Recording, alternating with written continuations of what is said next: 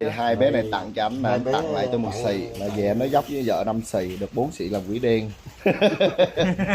Quay video cho em nha. Bây giờ anh cho thông tin giùm em cái quay đàng hoàng cho em.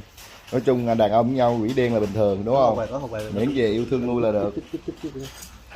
Tặng lại gà này nè. Rồi ok chị nha, chị này khoái hai bé này lắm.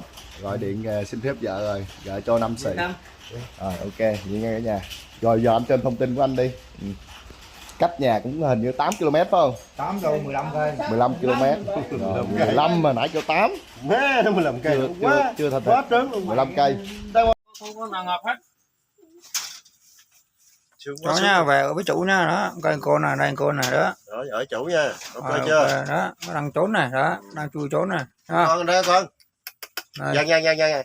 Ok. Chị ok không? Không, đây cô này, cô trong kia nó trốn trong bọc rồi. Ok.